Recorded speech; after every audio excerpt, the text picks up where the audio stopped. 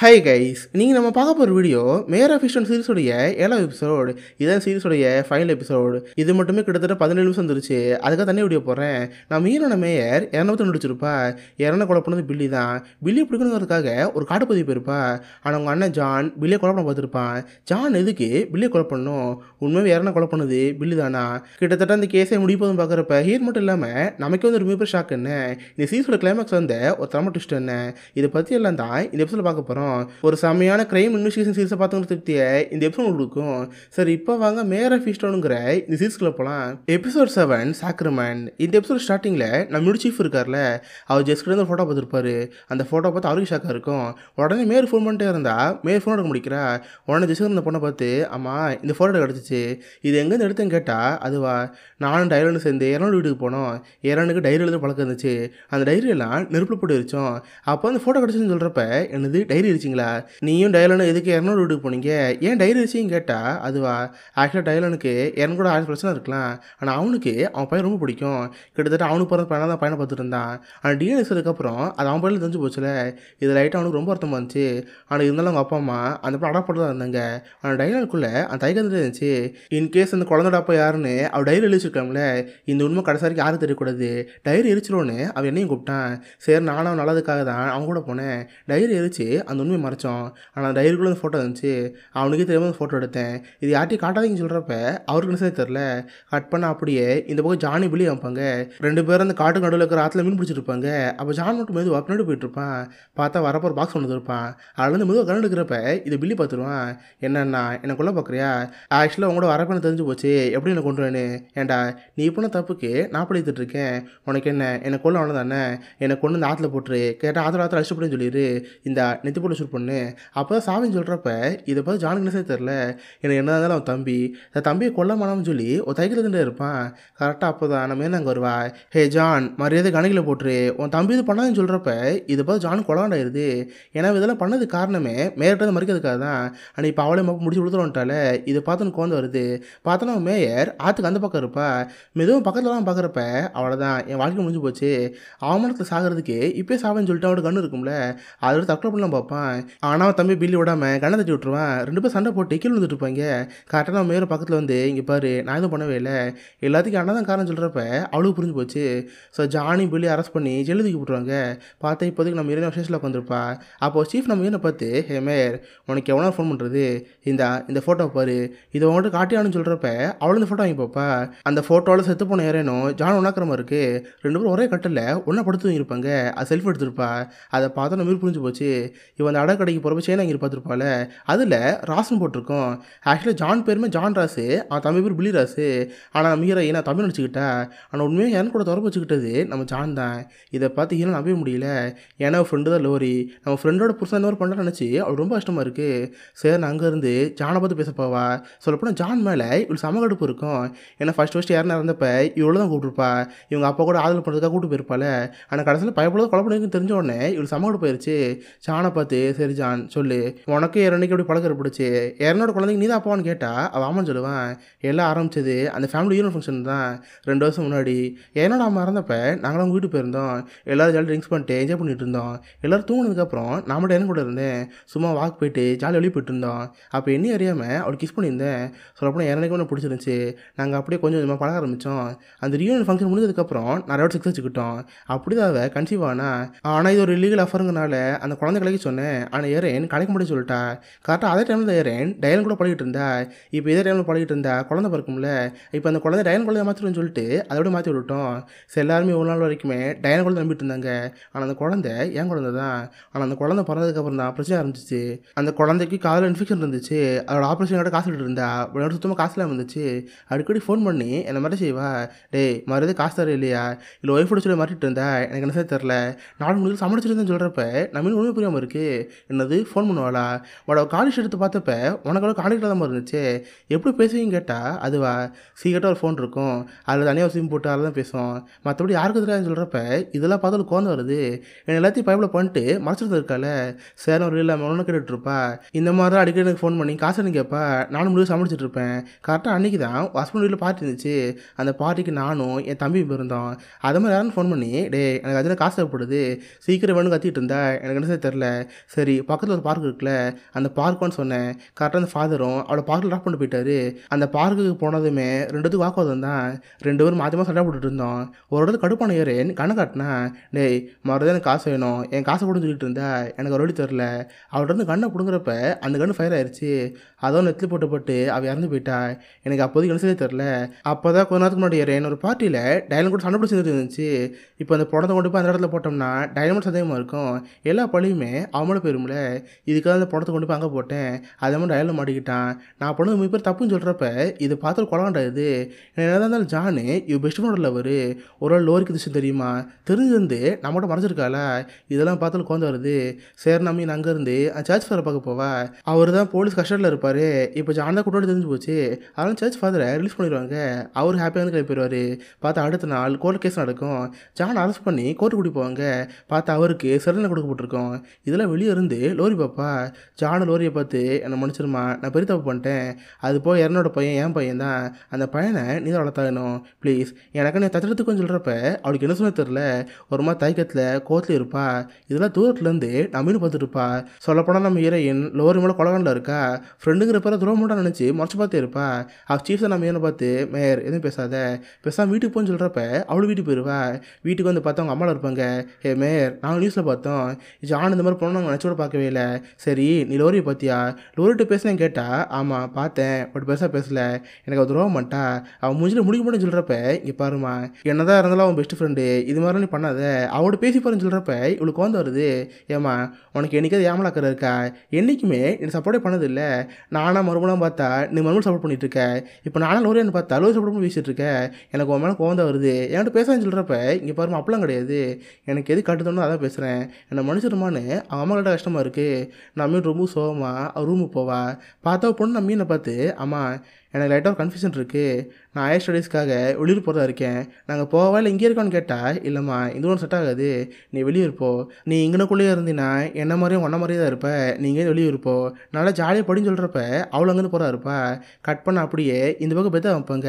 பார்த்தா அந்த கேடிபியில் ஒரு பொண்ணு காணாமல் போயிருப்பாள். அந்த பொண்ணு கண்ணை மூடி ஒரு வீட்டு விடுவாங்க. என்ன வீடுன்னு பார்த்தா தம்பி வீடு.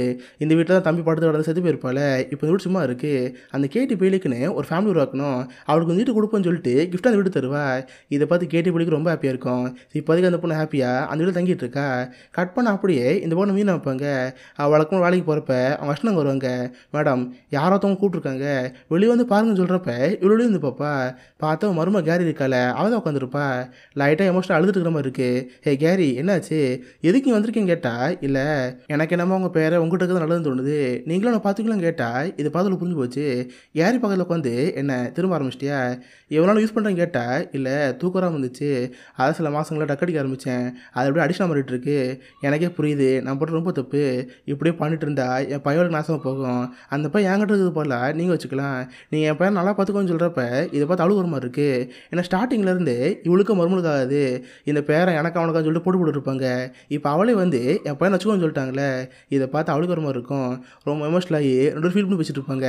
அப்போ கூட கேரண்டா மீறின பார்த்து இங்கே பாருங்கள் ஜெயிச்சு நினைக்காதீங்க, நான் அப்பப்போ என் பையனை பார்க்குறேன், என் பையனை கண்ணெலாம் காட்டணும், பையன் மனசில் வச்சுக்கிட்டு என் பையனை காட்டாமல் இருக்கக்கூடாது ஓகேவான்னு கேட்டால் இவ்வளோ சிரிச்சிட்டு இருப்பா. இப்போதைக்கு அவங்க லைஃபு ரொம்ப சூத்தாக போகிற மாதிரி தெரியுது. பார்த்து இப்போதைக்கு நம்ம ஹீரோயின் அவள் ஃபேமிலியோட மிங்கில் ஆரம்பிச்சிட்டா. இவளுக்கு அவள் எக்ஸஸ் பண்ணிருக்கும் சிலதோ ஒரு மிஸ் அண்டர்ஸ்டாண்டிங் இருந்துச்சுல, இப்போ அதெல்லாம் போய் 2 ஃபிலிம் ஒன்றா ஆயிடுச்சு. பார்த்தா ஃப்ராங்க்கு அவன் புதுமோட இருப்பான், நான் மீனோ ஃபேமிலியோட சேர்ந்து ஜாலியாக சாப்பிட்டுட்டு இருப்பான். இங்கே அப்படியே கட் பண்ணால் ஜெஸ்ஸை வைப்பாங்க. பார்த்தா ஜெஸ்ஸி இப்போதைக்கு என்னோட ஃபோட்டோ பார்ப்பா. ஒரு ஏரனுக்கு நீதி கிடச்சிருச்சு, அவளை கொலை பண்ணாலும் ஜெயிலில் இருக்கான்னு நினச்சி அவள் ரொம்ப ஹாப்பியாக இருப்பா. ஆனால் இதே நேரத்தில் இந்த பக்கம் லோரி வைப்பாங்க. பார்த்து லோரி கிட்ட தான் இப்போதைக்கு என்னோட குழந்தை இருக்குது. அந்த குழந்தைக்கான ஆப்ரேஷன் செலவு எல்லாத்தையுமே இவ்வளோ பார்த்துக்கிறா. ஒரு அந்த குழந்தைக்கு ESG முடிஞ்சிருது. ஸோ அப்பாட்ட வீட்டில் இருக்கிறப்ப யாரை காத்துட்ற மாதிரி இருக்கும். திறந்து பார்த்தா டயல் தான் வந்திருப்பான். அவனுக்குமே அந்த குழந்தை பார்க்கணும்னு ஆசையாக இருக்கும். லோரியை பார்த்து நான் கேள்விப்பட்டேன் அந்த பையனு சர்ஜரி முடிஞ்சாமே, என்னதான் அந்த பையனோட அப்பாவில் கூட நான் காசு தந்தே ஆகணும், இந்தாங்க இதெல்லாம் முடிஞ்சது, இந்த காசு வச்சுக்கோன்னு சொல்லி கொஞ்சம் காசு தருவான். பார்த்தா அது கூட சேர்ந்து எக்ஸ்ட்ரா ஒரு காசு தருவான். இது யார் காசுன்னு பார்த்தா ஏரனோட காசு. ஏரனோட வீட்டுக்கு பண்ண போட காசு இருந்திருக்கும்ல, அந்த காசையும் தருவான். இந்தாங்க இதை நீங்கள் வச்சுக்கோங்க, இது அவனுக்கு தான் போகணுன்னு சொல்கிறப்ப லோரிஸை நீங்கள் வச்சுக்குவா. இங்கே அப்படியே கட் பண்ணா நம்ம மீனா வைப்பாங்க. பார்த்தா இப்போதைக்கு நம்ம ஹீரோயின் ரொம்ப ஹாப்பியாக இருப்பா. அவளோட பர்சனல் ப்ராப்ளம் எல்லாமே தீர்ந்து போய் ரொம்ப ஹாப்பியாக இருப்பா. பார்த்து இப்போதைக்கு ரிச்சர்ட் லவ் பண்ணிட்டு இருப்பா. 2 பேரும் ஹாப்பியாக ஒன்றா பழகிட்டு இருப்பாங்க. அப்போ ரிச்சர்டை பார்த்து, ரிச்சர்ட் என்னை மன்னிச்சிரு, ஆக்சுவலாக என்கிட்ட கோழியும் ஒரு போய் வேலை பார்த்தான், அந்த பையனுக்கு எவ்வளோ ஆசை இருந்துச்சு, உங்கள்கிட்ட சொல்லாமல் அவங்க டேட்டிங் போனேன், நான் பண்ண தப்புன்னு சொல்கிறப்ப ஹே இதெல்லாம் இருக்குது, நம்ம பண்ணுறது ரிலேஷிப் தானே, உனக்கு பிடிச்சிருந்தா என் கூட பழகு, இல்லையா இங்கேருந்து போயிட்டே இருக்கலாம், நீ யாரோட இருக்கலாம்னு சொல்கிறப்ப அவளுக்கு பிடிச்சி வந்துருக்கும். இப்போதைக்கு அவளும் ரிச்சர்டும் ஹாப்பியாக பழகிட்டு இருப்பாங்க. ஆனால் அதே நேரத்தில் மீனுக்கு இந்த கேஸில் ஒரு விஷயம் மட்டும் புரியாமல் இருக்குது. ஜான் சொன்னதுபடி பார்த்தா எனக்கிட்ட ஒரு கண்ணு இருந்துச்சு, அந்த கண்ணுன்னு சொல்ல பார்த்தா ஆனால் எனக்கிட்ட எப்படி கண்ணு கிடச்சிச்சு, சரி ஷூட் பண்ணதுக்கப்புறம் அந்த கண்ணு எங்கே போச்சு, இதை பற்றி எதுவுமே தெரியாமல் இருக்கும். ஸோ அதனால் எகன் அண்ட் எகன் ஜான் விசாரிச்சிருப்பாங்களே, அந்த ஃபுட்டேஜை போட்டு பார்த்துருப்பா. அப்போ சீஃப் நம்ம மீனை பார்த்து, மேயர் திரும்ப ஆரம்பிச்சிட்டியா, இந்த கேஸ் முடிஞ்சு இதை அப்படியே விட்டுரு, வேறு கேஸை பாருன்னு சொல்கிறப்ப இவளுக்கு அணுக வந்து கிளம்பி போயிடுவா. பார்த்தா அடுத்த நாள் அவள் காலில் ஒரு ஃபோன் வருது. பார்த்தா பெட்டிக்காரில் இருக்காங்களே அவங்க புருஷன் தான். பெட்டிக்கார் செத்து போனாலும் அவங்க புருஷன் மாதிரி தெரில. காலங்காலத்தில் ஃபோன் பண்ணி, ஏம்மா என் வீட்டுக்கு வரியா, உங்கள்கிட்ட பேசணும்னு சொல்கிறப்ப இவ்வளோ வந்து வீட்டுக்கு போவா. ஆக்சுவலாக இந்த ஆள் யாருன்னா அவர் தான் ஜானோட அப்பா. செத்து போன பெட்டிக்காரல் தான் ஜானோட அம்மா. நம்மளோட லோரோட அம்மா ஆச்சரியம் நினைக்கிறேன். இப்போதைக்கு நம்ம இந்த வீட்டுக்கு போய், அங்கிள் என்னாச்சு, எதுக்காக ஃபோன் பண்ணி கேட்டால், இல்லைம்மா எனக்கு ஞாபகம் மாதிரி இருக்குது, ஆக்சுவலாக ஒரு விஷயம் மறந்தே போயிட்டேன், நான் தான் ரிட்டையர்டு போலீஸ் ஆச்சே, என்கிட்ட ஒரு கண்ணு இருக்கும்ல, அது கரைச்சில் தான் இருக்கும், கடைசியில் வாரத்துக்கு முன்னாடி அந்த கண்ணு காணாமல் போயிடுச்சு, ஆனால் பார்த்தா கொஞ்ச நாள்லையே அந்த கண்ணு திரும்ப அங்கேயே இருந்துச்சு, எனக்கு ஒன்றும் புரியாமல் இருந்துச்சு, அதுக்காக நான் கூப்பிட்டுக்கேன்னு சொல்கிறப்ப அவள் பேசுறதுக்கு மாட்டா. சரி நேம் சொல்லுங்கள், அந்த கண்ணு பேர் என்னன்னு கேட்டால் கோல் டிடெக்டிவ் கண்ணு சொல்லுவா. அந்த கண்ணு பேர் கேட்ட உடனே இவளுக்கு ஆச்சரியமாக இருக்குது. ஏன்னா அந்த கண்ணு 1980 யூஸ் பண்ணது, கரெக்டாக இறந்து கொலை பண்ண கண்ணுமே 1980 யூஸ் பண்ணது. இது கேட்டால் ஷாக்காக இருப்பா. ஆமாம் இப்போ அந்த கண்ணு இங்கே தான் இருக்கா, என்னை கூட்டு போய் காட்டுக்குன்னு சொல்கிறப்ப அவர் கூட்டு போய் வைப்பார். பார்த்தா கரேஜில் தான் அந்த கண்ணு இருக்குது. இது இன்னும் ஆச்சரியம் என்னன்னா, அந்த கண்ணு காணாமல் போயிருக்கும்ல, காணா போன கண்ணு திரும்ப இங்கே வந்திருக்கும். ஆனால் வரப்போ 2 புல்லட் காணாமல் போயிடுச்சு. அந்த புல்லட் எங்கே போச்சுன்னு தெரியலன்னு சொல்கிறப்ப இவளுக்கு ரொம்ப ஷாக்கிங்காக இருக்கும். உடனே அந்த அங்கிளை பார்த்து, அங்கிள் இந்த ரூம் யாரும் யூஸ் பண்ணுவா, இதுக்கான கீ யார்கிட்ட இருக்குன்னு கேட்டால் 2 கீ தான் இருக்குது, ஒன்று என்கிட்ட இருக்குது, ஒன்று பராட்டி வச்சிருப்பான், அவன் வந்து அப்பப்போ வருவான்னு சொல்கிறப்ப இது கேட்ட மீன் தூக்கி போடுது. உடனே வேகமாக அங்கே ஓடி போய் அந்த தாத்தோட வீடு இருக்குல்ல, அதில் இருக்கிற கேமரா போட்டு பார்ப்பா. இது கூட நம்ம ஹீரோயின் அடிக்கடி வீட்டுக்கு வந்திருப்பா. சும்மா அந்த கிளையை ஃபோன் பண்ணி கூப்பிட்டு போகலாம், வேண்டாம் ஃபுட்டேஜில் பார்த்துருப்பாள். ஆனால் இப்போ ஓடி வந்து இறந்து காண போயிருப்பாள். அன்றைக்கி 4 ஃபுட்டேஜை விட வைப்பா. பார்த்தா அன்றைக்கி நைட்டு ராயன் வந்திருப்பான், அதாவது லோரோட பையன். அவன் சைக்கிளில் மெதுவாக வந்து அந்த கரையை வந்திருப்பான். அதுக்குள்ளேருந்து கண்ணு இட்டு போகிற அந்த ஃபுட்டேஜ் இருக்குது. இதை பார்த்து நம்ம மீன் நம்பவே முடியல. இப்போ தான் நம்ம மீனுக்கு எல்லாம் புரிஞ்சு போச்சு. உடனே மெதுவாக கார் எடுத்துகிட்டு லோரி பையன் முடிக்க ஸ்கூலுக்கு போவா. பார்த்து பிடி பீரியட் போல அந்த போய் வாழ்ந்துட்டு இருக்கிறப்ப இவ தூரத்துலேருந்து பையனை பார்த்துட்டு அந்த பையனுக்கு மேலே பார்த்து அள்ளு விட்டுரும். சடனாக நினச்சோன்னு தெரில, வேகம் ஓடிட்டு இருப்பான். ஸ்கூல் வெளியே தாண்டி குடிச்சு குடுன்னு ஓடிட்டு இருப்பான். இதை பார்த்து நம்ம புரிஞ்சு போச்சு. அவள் சீஃபு கால் பண்ணி, சீஃப் எல்லாமே இப்போ தான் தெரிய வருது, சீக்கிரம் லோரி வீட்டுக்கு வாங்கன்னு சொல்கிறப்ப எல்லோரும் அங்கே போயிட்டுருப்பாங்க. பார்த்து இந்த பக்கம் அந்த பையன் வேம வீட்டுக்கு வருவான். அவங்க அம்மா பார்த்து, அம்மா போச்சு மேற்கெல்லாம் தெரிஞ்சு போச்சு போல், நான் மாட்டிட்டேன்னு சொல்லி அந்த போய் கத்திட்டு இருப்பான். இதை பார்த்து லோரிக்கு சமஷாக்காக இருக்கும். நம்ம பையனோட வாழ்க்கை இதோட முடிவு போதும்னு நினச்சி அவன் பையனை ஹக் பண்ணிட்டு தேம்சம் எழுதிட்டு இருப்பா. அதே இடத்துல நம்ம ஹீரோயின் மொத்த புதுசாக கூட்டு வந்துருப்பா. பார்த்து இப்போதைக்கு அந்த பையனை அரெஸ்ட் பண்ண கூட்டி போகிறாங்க. அந்த பையனை உட்காரிச்சு சேர்த்துட்டு இருப்பாங்க. பக்கத்துலேயே பார்த்து லோரி உட்காந்துருப்பா. சொல்லு அன்றைக்கி என்ன ஆச்சு, நீ எதை யாரான கொண்டேன்னு கேட்டால், ஆமாம் அது தெரியாமல் நடந்தது, ஆக்சுவலாக எனக்கு ஒரு விஷயம் தெரியும், எங்கள் அப்பா என் கூட பழகிட்டு இருந்தார், அந்த அஃபர் வெளியே தெரிஞ்சால் என் குடும்பத்துக்கு கவனமாக இருக்கும்ல, இதனால் நான் யாரான மிரட்டலாம் பார்த்தேன், அது போய் யாரும் அடிக்கடி எங்கள் அப்பா மாற்றிட்டு இருந்தா, காசு கேட்டு எங்கள் அப்பா தொலை பண்ணிட்டு இருந்தா, அதனால் அவளை மறட்டுங்கிறதுக்காக எங்கள் தாத்தாவிலும் கண்ணாட்டியை போட்டேன். தென் எங்கள் அப்பாவோட ஃபோன் வந்து மெசேஜ் பண்ணி பார்க் வர வச்சேன். கரெக்டாக சர்ச் ஃபாதர் அவள் ட்ராப் பண்ண போனார். அவள் அந்த பார்க்கு வந்தப்போ நான் கண்ணை காட்டி மாட்டினேன், இங்கே பாரு இதுக்கப்புறம் எங்கள் அப்பா பக்கத்தில் வராத, எங்கள் அப்பாவோட காசு கேட்காத, இங்கேருந்து போன்னு கண்ணு காட்டி மாட்டேன். பயந்து போன ஏரன் என்கிட்ட கண்ணு போன ட்ரை பண்ணாங்க. 2 பேரும் மாற்றி இந்த கண்ணுக்காக சண்டை போட்டு 2 ஓட்டு ஃபயர் ஆச்சு. ஒரு புல்லட் அவங்க வரல போட்டு வேலை சுட்டா போச்சு, இன்னொரு வேலை அவங்க மண்டையை உரசிக்கிட்டு மேலே போச்சு, ஒரு மரம் சுட்டாச்சு. அதை பார்த்துட்டு கிடைச்சதே தெரில. அந்த பொணத்தோடய ஓரமாக போட்டுட்டு எங்கள் அப்பாவோட போனேன். நடந்ததெல்லாம் சொன்னப்போ எங்கள் அப்பாவுக்கு ரொம்ப ஆச்சரியமாக இருந்துச்சு. அவரும் அந்த பணத்தை கொண்டு போய் ஆற்றுல போட்டார். இதை நடச்சுன்னு சொல்கிறப்ப இதை பார்த்து ரொம்ப ஆச்சரியமாக இருக்கும். அது போய் இப்போ தான் எல்லாமே புரியுது.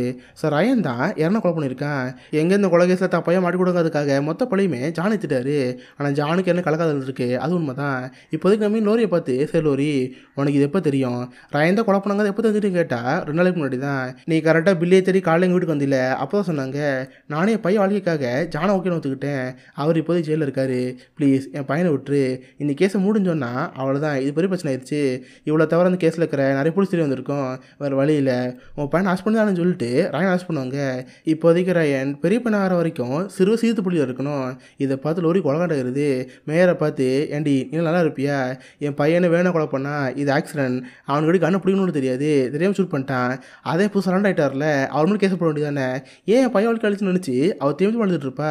தென் நம்ம மீனை பார்த்து, அன்னைக்கு நீ என்கிட்ட கேட்டில, எல்லாரும் என்னோட போனதுக்கப்புறமும் நீ என்னோட போவேன் கேட்டில, இப்போ சொல்கிறேன்டி இதுக்கப்புறம் மூஞ்சில் முடிக்காத, என் குடும்பத்தை அழிச்சிட்டேன், உன்னை பார்க்க விரும்பல, இங்கேருந்து போடி போடின்னு சொல்லிட்டு லோரி கத்திட்டு இருப்பா. இதை பார்த்து நம்ம மீனுக்கு ரொம்ப அர்த்தமாக இருக்கும். அவளே புரிஞ்சுக்க முடியுது, என்ன இருந்தாலும் அவள் பையனாச்சே, நம்ம ஜெயிலில் போட்டக்கூடாதுன்னு சொல்லிட்டு அவளுக்கு ரொம்ப அர்த்தமாக இருக்குது. அதனால் அப்போதைக்கு இது பேசாமல் மேலேருந்து கிளம்பி போயிடுவா. இப்படியே கிட்டத்தட்ட 1 மாதங்கள் போயிடுது. பார்த்தா நம்ம ஹீரோயின் அவள் பொண்ணு வெளியூர் போகிறதா இருப்பாள். ஸோ ஸ்டடீஸ்க்காக மொத்த ஃபேமிலி ஒன்று சேர்ந்துடும். எல்லோரும் ஜாலியாக ஒன்று சேர்ந்து ஹாப்பியாக வழி அனுப்பி வைப்பாங்க. இங்கே அப்படியே கட் பண்ணால் லோரி அமைப்பாங்க. அவள் அடிக்கடி ஜெயிலுக்கு போய் அவள் பையனை பார்ப்பா. பார்த்தா அவள் பையனுக்குமே இப்போ கொஞ்சம் ஹாப்பியாக தான் இருக்குது. அடிக்கடி ஒரு தங்கச்சியை பார்க்குறது, அது புதுசாக தம்பி வந்துருக்கால, அது யாரனோட பையன். இந்த பையன் தான் இவன் தம்பி மாதிரி. ஸோ அந்த தம்பியை பார்த்துமே அவன் ஹாப்பியாக தான் இருப்பான். ஆனால் இருந்தாலும் லோரிக்கு நம்ம போய் ஜெயிலில் இருக்கால, அந்த ஒருத்தர் ரொம்ப அதிகமாக இருக்கும். ஸோ அப்போ மட்டும் அவன் பையனை பார்த்து இவ் வீட்டில் தான் இருப்பா. பார்த்தா 1 மாதம் கழிச்சு தான் நம்ம லோரி பார்க்க வந்துருப்பா. லோரிக்கு அவளை பார்க்க பிடிக்காம தான் இருக்கும். பட் நம்ம இந்த பக்கத்தில் போய், ஏண்டி என்னை மன்னிச்சிரு, நான் வேணும்னு உன் பையனை மாட்டிவிடுங்கிறதுக்காக மாட்டிவிடல, ஏதாச்சும் நடந்தது, நான் இரநூறு கேஸ் தான் முடிக்க பார்த்தேன், பட் இல்லை தேவையான பையன் மாட்டிக்கிட்டான், என்னை மன்னிச்சிருன்னு சொல்கிறப்ப இதை பார்த்து அவ்வளோ கஷ்டமாக இருக்குது. ஏன்னா மேயர் அவளே தான் பார்த்துருக்கா. நாம தான் நம்ம பையன் பண்ண தப்பை புரிஞ்சுக்காம அவங்கள கோல் நடந்துக்கிட்டோம், என்னை மன்னிச்சிருன்னு இவ்வளோ அனுப்பி வைப்பா. இப்போதைக்கு நம்ம மீனும் லோரியும் எங்கே பழைய விஷயம் மாறிடுவாங்க. இப்போதைக்கு நம்ம மீனுக்கு இருக்கிறது அவள் பேரை மட்டும்தான். ஸோ அவன் பேர் கூட ஜாலியாக கடையில் படுத்துக்கிட்டு இருப்பா. அப்போ தான் நம்ம மீனுக்கு ஒரு சின்ன வருது. உடனே மெதுவாக போய் அந்த ஆட்டிக்கை பார்ப்பா. இந்த ஆட்டிக்கில் தான் அவன் பையன் தற்கொலை பண்ணி போயிருப்பான்.